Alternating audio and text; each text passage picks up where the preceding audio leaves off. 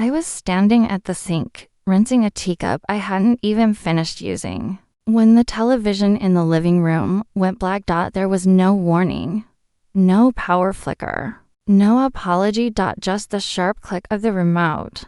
That sound cut through the house, like a judge's gavel. I didn't turn around.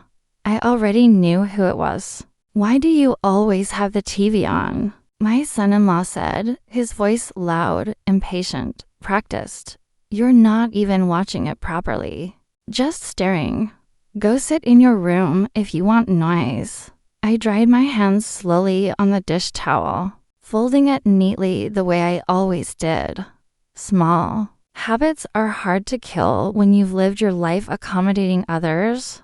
I was watching the news. I said quietly, "That's exactly my point," he replied. "It's depressing. This is a shared space. We need it for family time."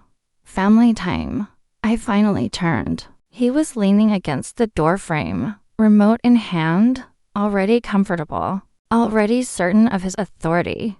His shirt was half untucked. His shoes kicked off near the sofa as if the house bent itself around him. Behind him, my daughter, Emily, stood near the kitchen island. She was scrolling through her phone, her shoulders slightly hunched, as if making herself smaller could make the moment disappear.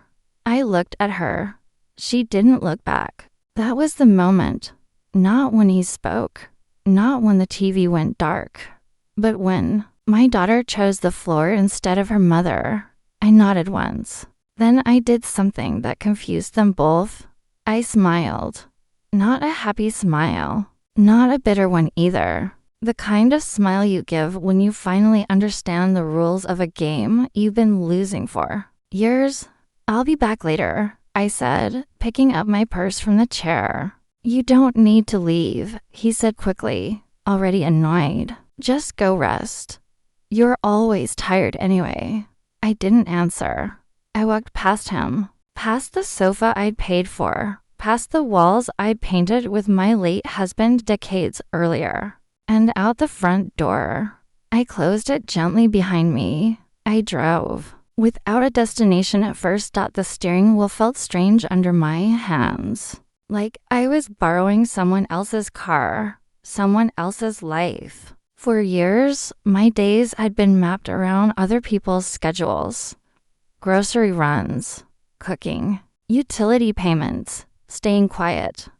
I was 68 years old, and I had never felt so invisible inside my own home. The house wasn't small. 3 bedrooms, 2 bathrooms, a living room that once echoed with laughter and arguments and the sound of children running down the hallway. My husband, Thomas, and I bought it 3 or 4 years ago, back when we both worked full-time, back when dreams were loud and sleep was optional, when he died suddenly of a heart attack. That house became my responsibility, and I carried it alone. Every mortgage payment after that day came from my account. Every property tax bill. Every repair.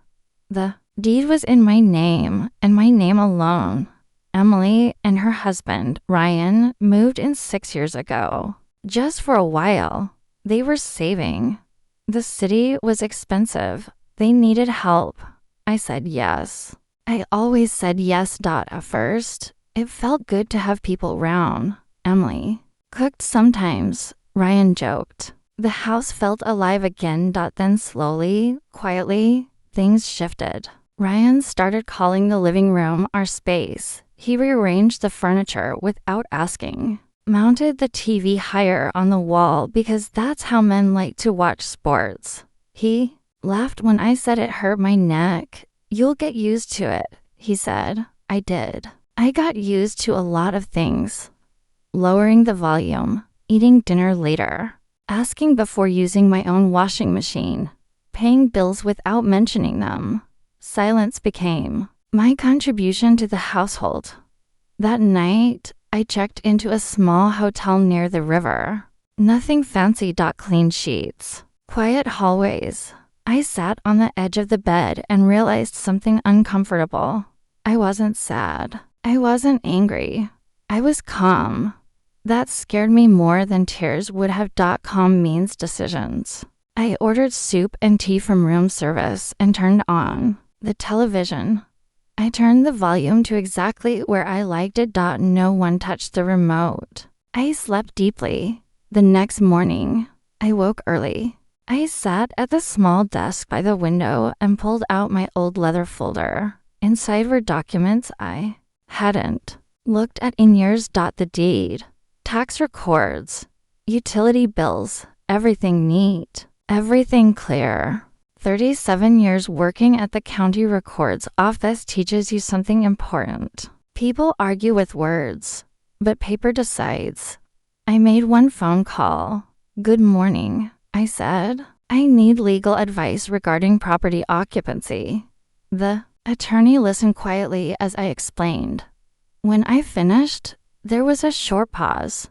Mrs. Caldwell, he said, you are the sole owner. There is no lease. They are occupants by permission only. I closed my eyes. What does that mean? I asked, though I already knew. It means you can withdraw that permission. And how do I do that? Formally, in writing. I thanked him. And for the first time in years, I felt something straighten inside my chest. At 9:12 a.m., while Emily was probably making coffee in my kitchen, a man in a navy suit was printing documents with my name at the top. At 10:30, those papers were ready. A notice of termination of occupancy. 30 days. No drama. No discussion. Just law. I signed slowly. Every letter of my name felt heavier than the last. Not with guilt, with finality. I didn't go home. Instead, I sat in the attorney's waiting room with a cup of bitter coffee and waited. At 11:47 a.m., my phone rang. Mom, Emily cried. There's a man here with papers. Ryan is shouting. What is this? Read it, I said calmly. Every word. Her breathing changed. This says 30 days. Yes, you're serious? I have never been more serious in my life. There was screaming in the background. I held the phone away from my ear. Tell Ryan to stop yelling, I said. The paper won't change its mind. I ended the call. That afternoon, I did not cry. I did not celebrate. I simply began step 2. I called the utility companies. I transferred control. I suspended services that were not essential. I froze the supplementary credit card I had given Emily years ago just in case. I didn't explain. I didn't warn. I stopped funding disrespect. By evening, my phone was vibrating nonstop. Texts. Calls. Voicemails. I didn't listen. Silence had served them for years. Now it was serving me. I looked out the hotel window as the city lights came on. For the first time in a long while, I wasn't waiting for permission. I was waiting for consequences, and I was ready for them. The first thing Ryan did was try to call my bluff. I knew he would. Men like him always believe authority comes from volume, not legality. By the second morning after the notice was served, Emily's phone was blowing up with messages she didn't know how to answer. I didn't hear about them directly. I heard about them because she left voicemails, long, rambling ones on my phone, speaking as if I weren't really there. Mom, Ryan says this isn't legal. Mom, he talked to someone at work. They say you can't just kick family out. And Mom, please call me back. He's really angry.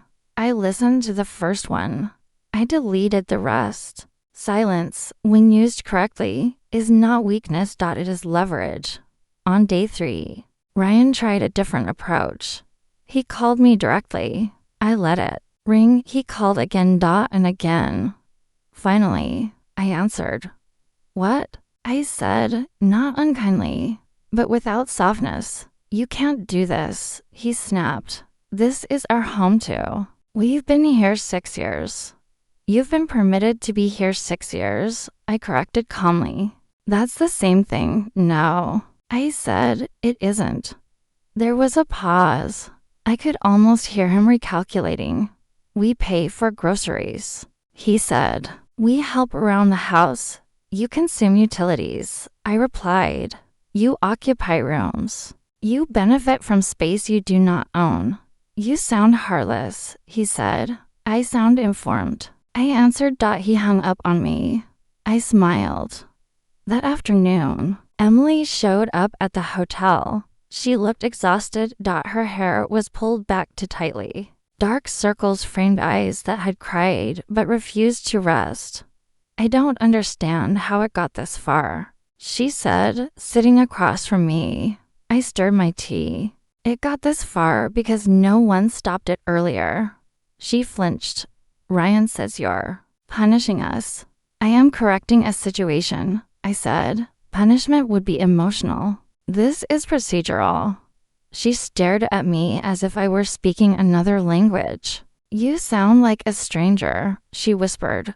No, I said gently. I sound like myself before I learned to disappear. Over the next week, the house changed. Not physically. Emotionally. Ryan stopped pretending. He complained loudly on purpose. He left lights on.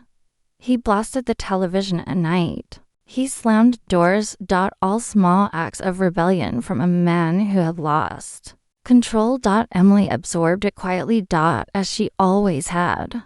Then the money pressure began. When I transferred the utilities fully into my name, I also changed the payment structure. I paid. But I monitored. Water usage spiked. Electricity jumped. Gas followed. I documented everything. Ryan noticed when the grocery card stopped working. Emily called me in tears. He says you're trying to starve us. I am trying to make you independent, I replied. We don't have savings like you, she said. You had 6 years, I answered. Silence filled the line. On day 9, Ryan crossed a line. He posted about me online. Not by name, but enough. Details that neighbors recognized the story. A certain elderly relative, he wrote, decided to abandon family values for legal technicalities. People reacted. Some defended him. Some questioned. One neighbor messaged me privately. Are you okay? I replied with one sentence. I am reclaiming my home. That night, Emily came again. Alone. Ryan had refused to come. He says he won't leave, she whispered. He says you won't really evict us. I looked at her. Do you believe that? She hesitated. I don't know what to believe anymore. That's what happens when someone else thinks for you long enough. I said. She began to cry. I let her. By day 14, the legal follow-up was in motion. A formal reminder. Certified. Undeniable. Ryan's tone changed after that. Less shouting. More. Panic. He started looking for apartments. Not good ones. Just fast ones. Emily spent more time outside the house. Long walks, late drives. She came to me one afternoon and said something that told me everything. I don't know who I am without managing his moods. I reached across the table. You are about to remember, I said. On day 21, Ryan tried one last tactic. Guilt. He called my sister. My cousin. Even an old family friend. The message was the same. She's changed. She's cruel. She's choosing money over family. I corrected only one person. My sister. I am choosing peace over entitlement, I said. She paused. Then she said quietly, about time. The house grew tense. Boxes appeared. Arguments escalated. Emily stood in the middle, finally seeing what I had seen for years. One evening, she said softly, he talks to me the way he talks to you. Yes, I replied. He learned it works. By day 28, the fight was gone. Only exhaustion remained. Ryan stopped looking at me when we crossed paths. Emily started packing her own things separately. That was when I knew. The house was teaching her something I never could. The night before the deadline, Emily came to my hotel room one last time. Can I stay with you for a while? she asked. I studied her face. This was not a child asking. This was an adult choosing. Yes, I said. She exhaled. On the morning of day 30, I did not go home. I had already reclaimed something more important than property, authority. The morning of day 30 arrived quietly. No thunder. No shouting. Just sunlight slipping through the curtains of my hotel room like it always had. I awoke before my alarm. Calm again. The kind of calm that only comes when there are no more decisions left to make. I dressed slowly, choosing comfortable clothes, not because I planned to be seen, but because I planned to be steady. I did not go home. Not yet. I had learned something important over the last month. You don't need to be present for a boundary to hold. At exactly 9 a.m., the movers arrived at the house. They were professionals, quiet, efficient. They didn't ask questions. They had paperwork. Ryan tried one final performance. He shouted. He paced. He demanded explanations from people who were not responsible for giving them. When that didn't work, he tried charm. This is a misunderstanding, he said loudly. Family disagreement. We'll work it out. The lead mover shook his head. Sir, we're just here to move items listed on the order. Reality does not argue. Emily packed in silence. She didn't cry. She didn't apologize. She worked carefully, separating what was hers from what wasn't. Ryan noticed. What are you doing? He demanded. I'm packing, she said. For where? She hesitated, then said, somewhere safe. That was the first time she had used that word out loud. By noon, the house looked different. Not empty. But honest. Rooms revealed their original shape. Walls breathed. The living room felt larger without Ryan's presence filling it with noise. When the last box was loaded, Ryan stood in the driveway. He looked smaller than I remembered. Anger had nowhere left to go. He called me. I answered. This isn't over, he said. For you. I replied calmly. It is. I ended the call. I returned home that evening. I unlocked the door myself. The click of the lock sounded different than it had a month earlier. Like closure. The house was quiet.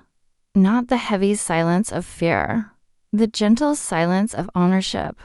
I walked from room to room, touching walls, straightening nothing, simply acknowledging space. Emily arrived 2 days later. One suitcase. No drama. She stood at the doorway and waited. May I come in? She asked. Asking. Not assuming. Yes, I said. She exhaled. Living together again was different. We made rules, mutual ones. She contributed. She chose. She spoke. Sometimes she cried. Sometimes she apologized. I accepted neither apology nor blame, only accountability. Weeks passed. Ryan tried to contact her. She did not respond. She began therapy. She began remembering herself. One evening, she said, I thought love meant shrinking. I answered, no. Love means standing without fear. The house changed.